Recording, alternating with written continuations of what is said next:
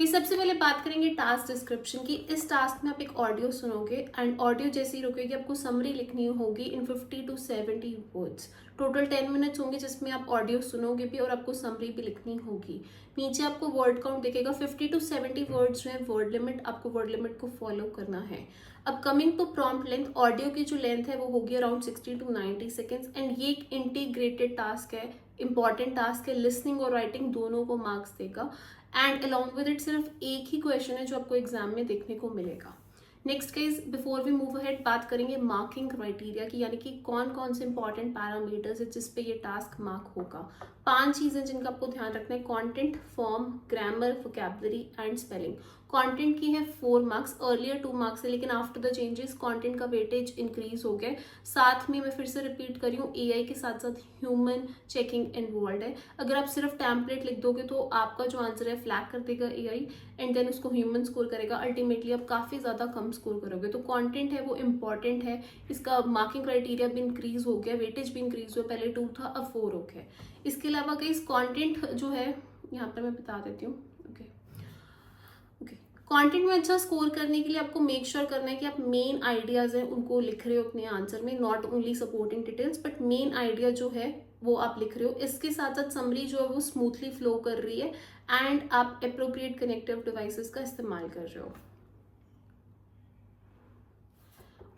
Next guys form, यानी कि word limit बेहद इंपॉर्टेंट है। वर्ड लिमिट के 2 मार्क्स हैं, 50 to 70 वर्ड्स आपको लिखने हैं। अगर आपने लेस देन 50 यानी कि 40 to 49 वर्ड्स लिखे या फिर मोर देन 70 यानी कि 71 to 100 वर्ड्स लिखे तो आप सिर्फ 1 मार्क स्कोर करोगे। एंड लेट्स से अगर आपने लेस देन 40 वर्ड्स लिखे हैं, मोर देन 100 वर्ड्स, तो आप 0 स्कोर करोगे फॉर्म में। ऑल्सो गाइस इसके साथ साथ ग्रामर का भी आपको ध्यान रखना है। एज आई टोल्ड यू कि ग्रामर के भी मार्क्स यहाँ से जाएंगे। अगर आपको कॉम्प्लेक्स सेंटेंसेस नहीं बनाने आते, आई रिकमेंड कि आप सिंपल सेंटेंसेस बनाएं बट ग्रामेटिकल मिस्टेक्स उसमें ना करें। नेक्स्ट हमारे पास है वोकैबुलरी। वोकैबुलरी के लिए आपको अप्रोप्रिएट वर्ड्स यूज करने हैं। अगेन की वर्ड्स, की फ्रेजेस का यूज कीजिए एंड वोकैबुलरी में आप अच्छा स्कोर करेंगे। लास्ट हमारे पास स्पेलिंग्स हैं, this is again very important for writing.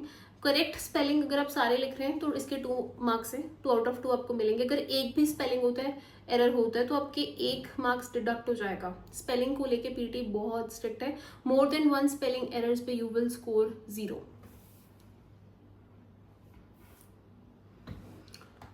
So I hope आपको टास्क डिस्क्रिप्शन और मार्किंग क्राइटेरिया क्लियर है। नेक्स्ट हम बात करेंगे समराइज स्पोकन टेक्स्ट की स्ट्रैटेजी की। गाइज ये एक टास्क नेक्स्ट हम बात करेंगे समराइज स्पोकन टेक्स्ट स्ट्रैटेजी की। जब आप सुन रहे हैं तो ध्यान कीजिए कि आप ध्यान से सुने, आप क्विक मेन आइडियाज लिखें। आई होप आपको कंटेंट और आई होप आपको टास्क डिस्क्रिप्शन और मार्किंग क्राइटेरिया क्लियर है। अब समराइज स्पोकन टेक्स्ट की स्ट्रैटेजी की हम बात करेंगे। हर क्वेश्चन को सॉल्व करने के लिए एक स्ट्रैटेजी बहुत इंपॉर्टेंट है कि इस टास्क में आपको मल्टीटास्किंग करनी होगी क्योंकि ऑडियो बीच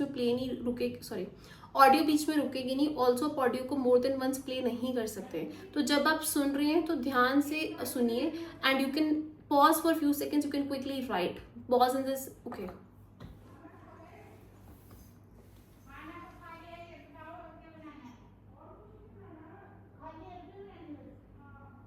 एक मिनट, इस टास्क में आपको मल्टीटास्किंग करनी होगी।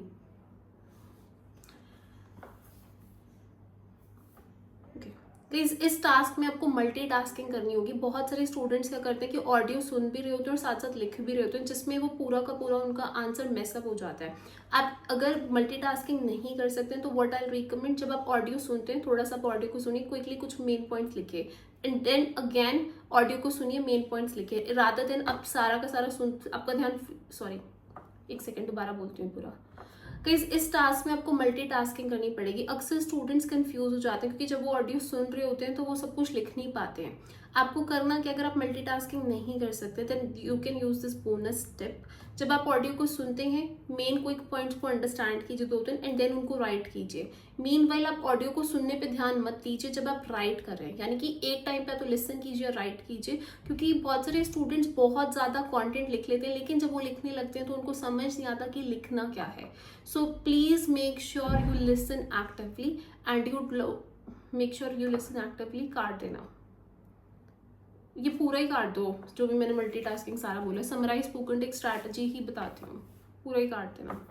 ओके गाइस, बात करेंगे समराइज स्पोकन टेक्स्ट स्ट्रैटेजी की। फर्स्ट थिंग आपको करना क्या, जैसे ही ऑडियो प्ले होगी लिसन करना है एक्टिवली, फोकस करना है मेन आइडियाज पे। बहुत सारी इन्फॉर्मेशन होगी, एग्जाम्पल्स होंगे, आपको एग्जाम्पल्स पे फोकस नहीं करना है, मेन आइडिया मेन डिटेल पे आपको फोकस करना है। अलॉन्ग विद इट पूरे के पूरे सेंटेंसेस आपको नहीं लिखने, दैट वोंट बी पॉसिबल क्योंकि ऑडियो रुकेगी नहीं। कीवर्ड्स की फ्रेजेस लिखिए एंड जैसे ऑडियो रुकेगी लिखने का टाइम होगा तो स्ट्रक्चर को यूज करके जो है हम प्रॉपर तरीके से सेंटेंसेस लिखेंगे। नोट टेकिंग टेक्निक होती क्या, सेकंड स्टेप में अभी आपको समझाऊंगी, क्योंकि note taking technique summarize spoken text, summarize group discussion, reader lecture, इन सब में बेहद इंपॉर्टेंट है।